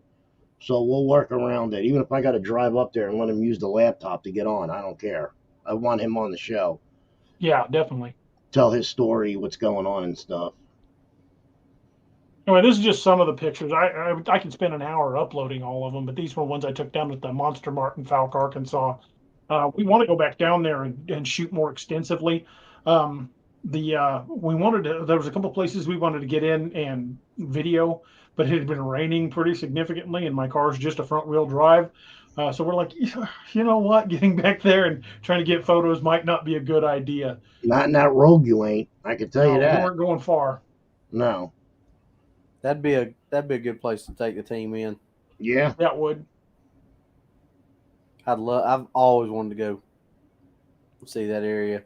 With the Wind says, "Well, I got drawn into this field as a career firefighter and was hunting with a current police officer. There are absolutely individuals from public safety involved in the research. All three of us have been involved in public safety. I was career law enforcement. Said, Robbie's still a cop. Nobody can get, like DA said, you cannot give. You get called into court and DA said, they're going to look at you like you're half cocked.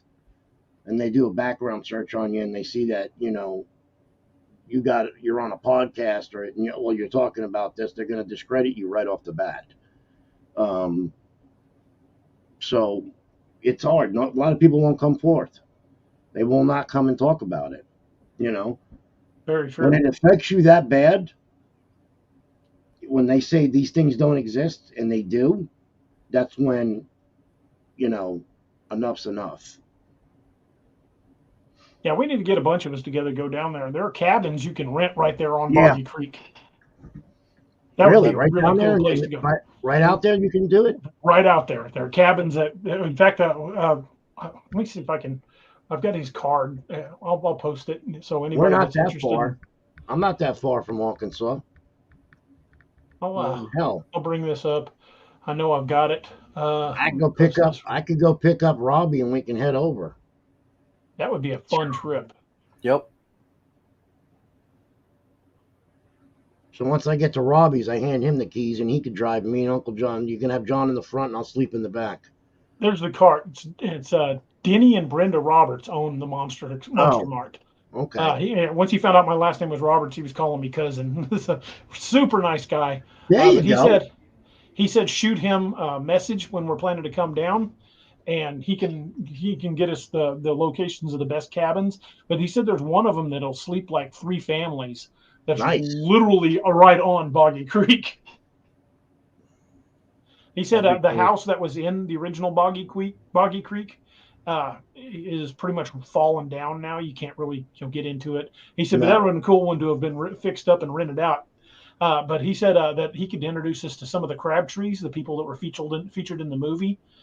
Really? He said, all those people. He said the families of all those people still live there, right around Boggy Creek. Hell, we need to do this, man. Yeah, we really need to do this. Yeah, we need to do this. That's crazy. Heck yeah, we need to get those cameras and get down there and take those drones. Speaking of drones, have you been flying yours, Robbie, or no? Yep, sure have. With the wind says Sasquatch, etc. is a huge taboo subject in public safety community, but once you retire, it's magical on what you can freely discuss. That's exactly. I didn't start my podcast until after I retired. Yeah, Uncle John's trying to get in. It says his mic is not connected. I don't know what's going on with his computer, man. Yeah, I don't know either. It will not let me connect him. No. It says they will need to connect their mic and camera before you can add them to the stream. Inky says, I actually had the guts to ask a coworker if he saw anything weird in the woods. When he hunted, he told me he had a Bigfoot encounter. He would have never told anyone if I didn't ask him. That's a lot of people that have had encounters. Just don't bring it up.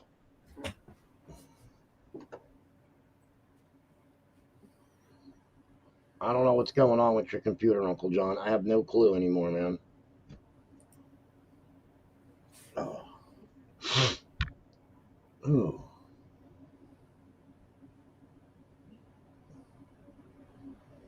Looking to see if I had missed any questions. Chris, where are you at in PA? Buck County, PA. Says he's got some weird stuff going on up there. Heck, man, tell us. We'd be happy to hear it. Shoot me an email at daroberts@daroberts.net. It's scrolling across the bottom of the screen right there. Write it up. I'd love to hear it, man. Wayne Tuttle says a modern-day Boggy Creek horror fiction movie actually filmed out in the bottoms of that area would be creepy as hell. I'm planning on setting a book down there. At very least, a lengthy short story. But I'm planning on setting some fiction there myself. It would be awesome to get that turned into a movie. Ron Yelton says Tombstone, they had all my sites blocked on the computer at work.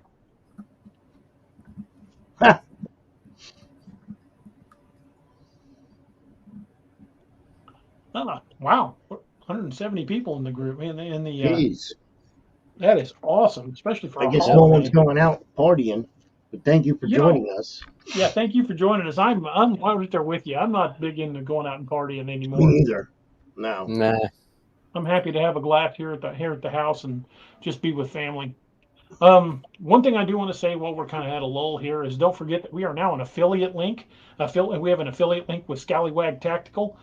Scallywag Tactical, I mentioned them in my books many times, and I've also mentioned them, in here a number of times. Scallywag makes some amazing knives. Anthony and Robbie can both tell you, just fantastic blades. These blades are designed to be used. They're not to set on a shelf and look pretty. These things can take a beating and dish one out, and they hold an edge like no other knife I've ever owned.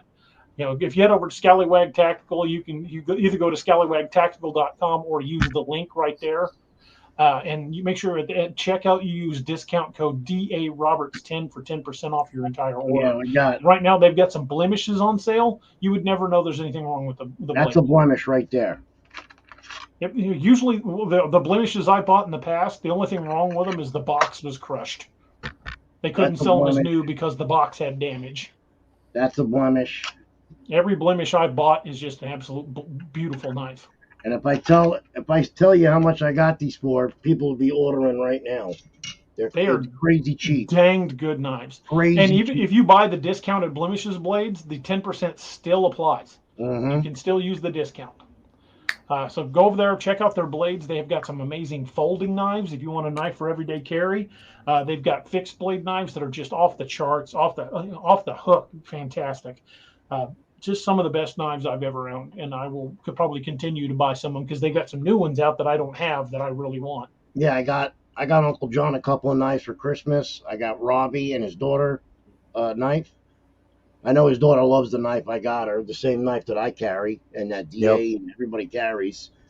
I can't. What's the name of it? I can't think of the name. Which The one? Jolly Roger.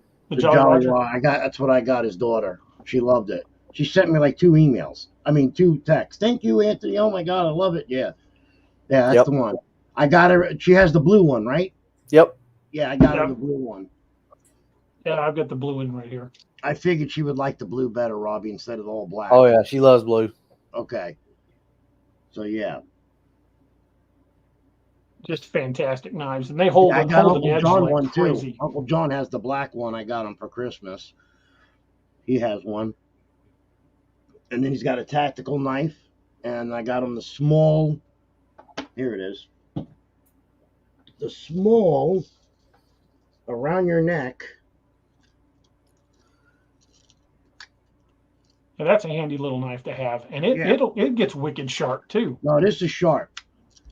You wear that around your neck. Nice little tactical knife around your neck. Penny Morrissey says, hoping you post the names and years of these movies you guys were talking about.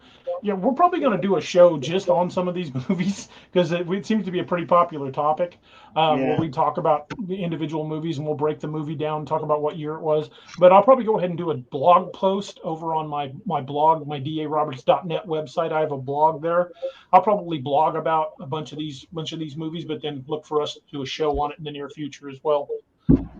So again, folks, if you're looking in the market for a really good knife, if you want to take one camping, if you're a big hunter, if you go fishing a lot, Bob Foot says, I can attest to the quality of the knives. I personally love the Dew Claw. I use it for everything. Yeah, my Dew Claw has racked up some miles on it, and it holds an edge like nobody's business. If you're in the market for any kind of knife, whether you're hunting, fishing, if you just want a personal carry knife, you work in a field where you cut a lot of stuff, that knife can take the beating. They will hold their edge. Just fantastic knives. They also have a great kitchen knives as well. Lene says, our son got us a set of the black kitchen knives set for Christmas. I've never had a better set of kitchen knives over 4 decades of marriage. They're awesome. Well, I'm jealous. I want a set of those so bad, but gotta wait on those. Yeah. Lene says, I'll never forget DA filleting all the layer of skin, showing us a knife. Yeah, I was messing with the sharp, like shaving some blade, some hair off my arm and went, uh-oh. Took off a chunk of skin. It'll do it. I've got one called I think it's called the Valhalla. Is it? Yeah, it's either the Valhalla or the Valkyrie. And it's a big bad sword knife. I ordered that big sword that's on backwater. It's this one. Oh, the chopper, yeah. Yeah, that's nice. This is a wicked knife, and it is stupid sharp. I'm getting feedback. You getting feedback? I'm catching like a little echo. Mm-mm. I am. Let me try muting my mic to see if it's me. How about it? There's your feedback. Yeah, I don't know who it is. I'm hearing it now that I'm talking, so it might be me, but I don't have anything playing other than my headphones. Weird. Very weird. Well, it wouldn't be one of our shows if we didn't have some sort of weird technical glitch. But again, if you guys are in the market for any kind of knife for any purpose, head over to Scallywag Tactical. They've got just some of the best blades in the business. Use discount code DARoberts10 at discount for 10% off your order. You can either go to scallywagtactical.com or use the link below. I believe it has already been posted in the chat. But check them out and let them know we sent you, because they're just a fantastic company with fantastic blades. Yes, and if anybody's going to the Bigfoot conference in Ocala, April, it's not confirmed yet, but we might have some of their stuff there from Scallywag too. We don't know yet. Yeah, I'm supposed to find out more in a couple of weeks. But We're also a Dark Angel Medical affiliate. Doc yes, couldn't be here tonight because he had plans. But if you don't forget, if you were to the market for a medical kit, best kits in the business. I carried one throughout my career as a cop. If you work in any capacity in the military, law enforcement, for any kind of first responder, you need one of these kits on your kit. You really do. Dark Angel Medical makes the best kits in the business. If you use a kit for saving a life, including your own, they will restock the kit for life free. It's called their Kit for Life Guarantee. They've already had over 150 saves. Just a fantastic thing. Great, great kits. And if you're going to spend any time away from basic 911 services, if you're going out cryptid hunting or hiking or backpacking or camping, fishing, anything like that, you need to have a good kit with you. And it is confirmed we will have some of that stuff at the yes, we definitely conference. will. But use the discount code Cryptid25 for 25% off your order. You can use the link below, or you can just go to darkangelmedical.com. But at checkout, use the code Cryptid25 for 25% off your order. And if you add in Team Odin or Codename Wild Hunt in the comments, you'll get a little Team Odin rocker on your kit. yeah, Doc's going to be bringing some of his equipment down to sell. I know that at the booth. DA will have all his books there on sale. Man, that was a boom. Yeah, they're going crazy. My female's, she's like right here shaking. Yeah, she's scared of that. But yeah, everybody's gonna be there. There'll be a bunch of us hanging out by the booth and stuff. And if you're gonna in the area, come and see us. Seriously, love to meet you face to face instead of on chat. Exactly. Mind say hi. Yep. And you never know. If we go out and spend the night, and then you guys want to come on out. We'll camp out there, out in Ocala Forest. Who knows? Might catch something on video. You never or have know. an encounter. Never know. And there may or may not be a little get together after the conference that night we've talked about. What? Huh? Did I miss something? You must have, because you were there when we talked about it. Oh, that. Oh, yeah, that's right. Yeah.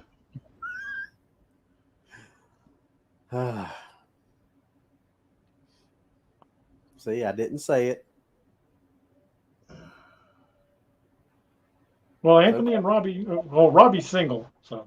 Oh, I got another take. He keeps texting me. Hey, Corey Cole's in the house. Hey, Corey, how's it going, man? The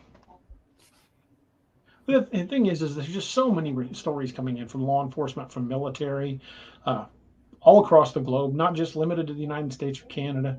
There are even cryptid encounters throughout Mexico and South America. Lots of places. In fact, Bigfoot type creatures have been seen on literally every continent except Antarctica. So pretty much anywhere there's cops and first responders and military, there's going to be interactions. They're even talking about England and Europe. They're talking about now. They believe that there's a Bigfoot creature in somewhere in England that they were documenting. I watched it the other night on YouTube. About 2 hours long. It was pretty good. So, and Dogman too. Bigfoot and Dogman.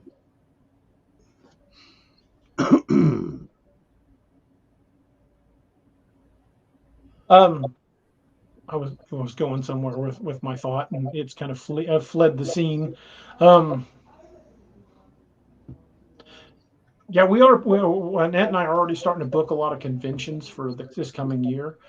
So look for the DA crew showing up at conventions probably near you. At that point, we'll have more of these Team Odin patches. We'll also have the Nightmare Hunter patches. We may have some of these Mans and Marauders patches. We're looking at several patches to have on the table. And if any of you guys are looking for like Codename Wild Hunt t-shirts and stuff, they're already available. If you go, I'll post the link. If you're looking for, where's it at? There we go. If you're looking for any of the Codename Wild Hunt or anything like that, There's merchandise available. You can just check it out here at this link.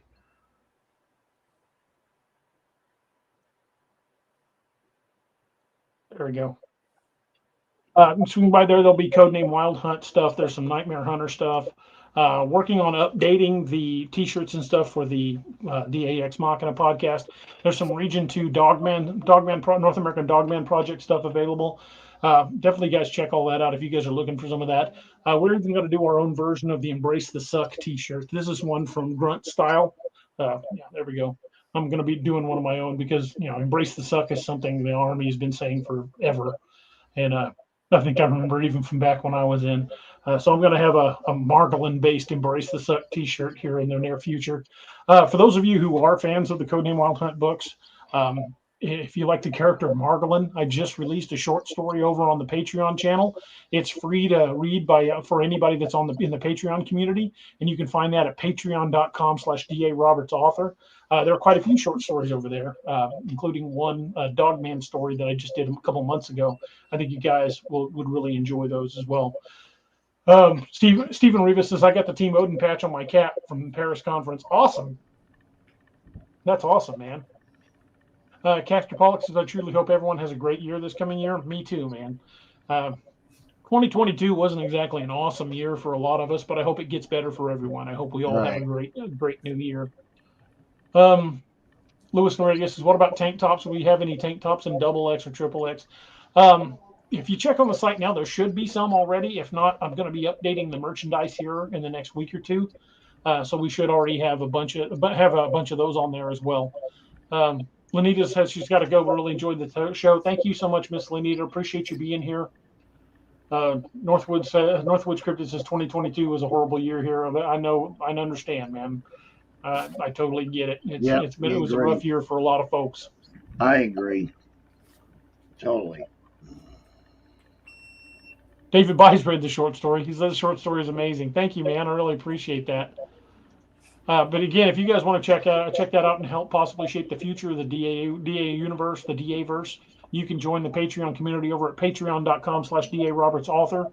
And there's multiple levels you can join. You'll get advanced warning on book covers and book releases and what books are going to be in what order. You'll even be able to have some effect on that. I mentioned earlier, and I know Robbie and Anthony have already been made aware of this. I have a future book series coming up that's going to be called Dark Frontiers, and it's going to be about a guy just out of a civil war who winds up inadvertently hunting monsters. So it's going to be much like my cryptid series, but it's going to be set in 1865 and move forward from there. Sat down, was making notes, kind of got crazy, and I've got outlines for the next 12 books of that series. So I'm working myself into quite the list of things I'm going to be working on for the coming future. So I've probably got 40 books already planned that I haven't finished yet, or in many cases haven't even started. So plenty more books coming, plenty stuff in the future, lots more books to come in the DA-verse.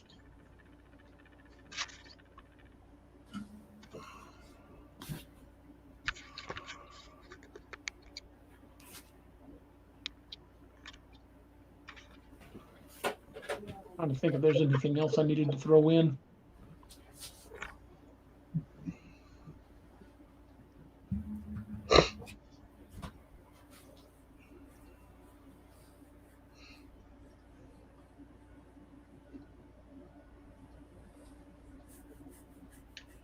I am checking the chat. Nothing.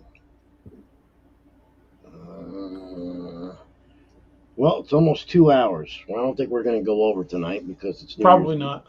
Oh, I do have some announcements on the audiobooks. Sal Passos, who's been doing the narration for the second in my sci-fi series, Lost Legion: Blood and Honor, he finished it. He's got all of them uploaded to Amazon to ACX. I have to go back and approve them. Go back and listen to all of them. Make sure I like the audio quality. Make sure I don't find any errors with it. And once I approve it, it'll probably be about 2 weeks before Amazon goes live with it. But we're about to release another audiobook. I was talking to Cam a couple of days ago. I know he had been promising to have Codename Wild Hunt Operation Lily done before Christmas. but he decided to go a different direction. He's actually in the process of narrating the first book of the Apex Predator Wolf Moon. So he's got several chapters of that done already. So look for that coming in the very near future. That's the origin story, the first appearance of William Gray Eagle.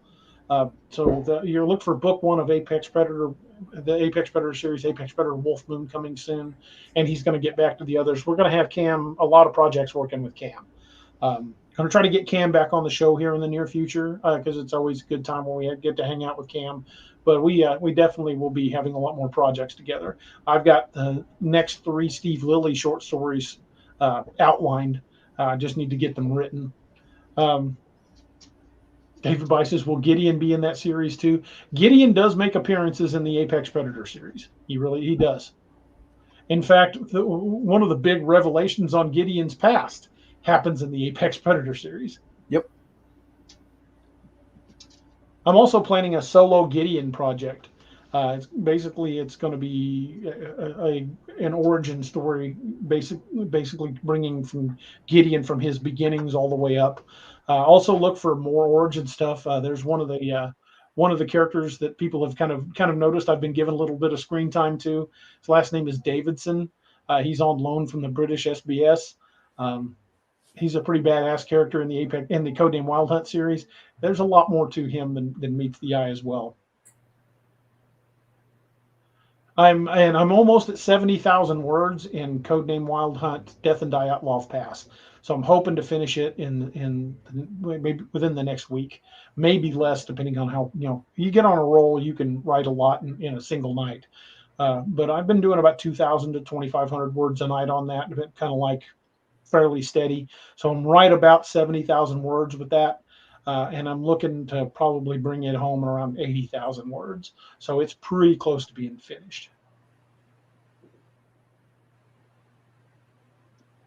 Oh, David By says I meant the Dark Frontier books. Will Gideon show up in that? Maybe.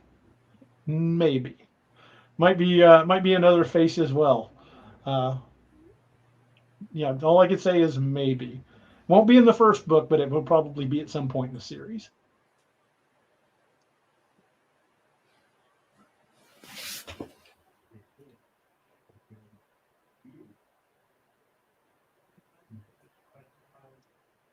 AJ says, DA, are you going to close the gap between Wild Hunt and the Legion? Yes, at some point there will be stories that fill the gap. So yeah, I've got a lot of stories yet to write. So I hope I live to be 150 because I'll still be writing stories then if I am. Doyle, I will check that out. Thank you.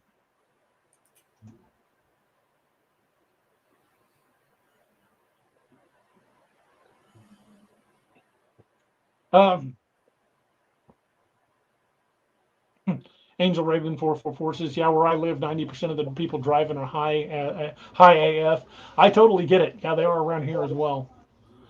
Don Donaldson says, I love the Wild Hunt and Lakeview books. Yeah, look for the next Lakeview book coming pretty soon. I've got a couple of projects I need to finish up as soon as I finish Codename Wild Hunt Death and Dyatlov Pass. But then coming right on the heels of that, Dark Frontier is coming in there. It's going to get put in early into the rotation much earlier. Is also going to be the next Lakeview Man. I haven't got a working title for it yet. It's just going to be book 4 of the Lakeview Man series. I've got a Lakeview Man Steve Lilly short story planned called Lakeview Man Hook, Line, and Lily. Nice. That should be good. So, that one's going to be a lot of fun. I also have an Apex Predator Steve Lilly story planned called Apex Predator Lily Moon. So look for Lily showing up in the DA verse in a number of places. When's the next Audible book coming out? That with Team Wild Hunt? That was supposed to be next out already? Audible. Cam was wanting to get it done before Christmas, but he decided to go a different route. He's working on the first of the Apex Predator series, and then he's going to go back to the next of the Wild Hunts. He also wants to get right on book 4 of Wild Hunt as soon as it's out. Nice. And him and I talked about when I do the first book of Dark Frontiers, I'm going to send it to him a few chapters at a time, so he has the audio ready to drop the week that the book itself drops. Nice. That's the plan. That's the book that me and Robbie are in, right? Oh, mods attack! We're getting some spam bots. Isn't that the book me and Robbie are in? Yes. All right.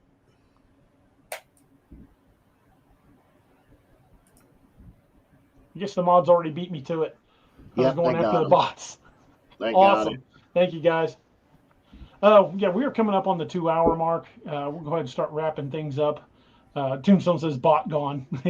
Tombstone is the official bot basher. Him and Meg. Yeah. They are quick draws when it comes to getting after those things.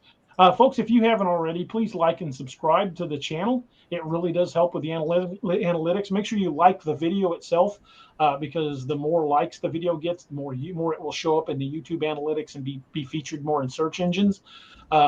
If you haven't already subscribed to the channel, we hope that you would we would subscribe and hit that bell icon so you'd be alerted anytime we post a video. We would be very happy to have you guys part of the DAX Machina Nation. Lenny Perkins says, "Happy New Year! Happy New Year! You know, I hope you all, everybody in the audience has an amazing New Year. I hope that considering what's been going on the last few years, I hope this year is much better." Strange Roads has been awesome hanging out with you people. Happy New Year, friends! Happy New Year. I was on the Strange Road podcast, and if you guys haven't had a chance to catch that, go over to the Strange Road YouTube channel.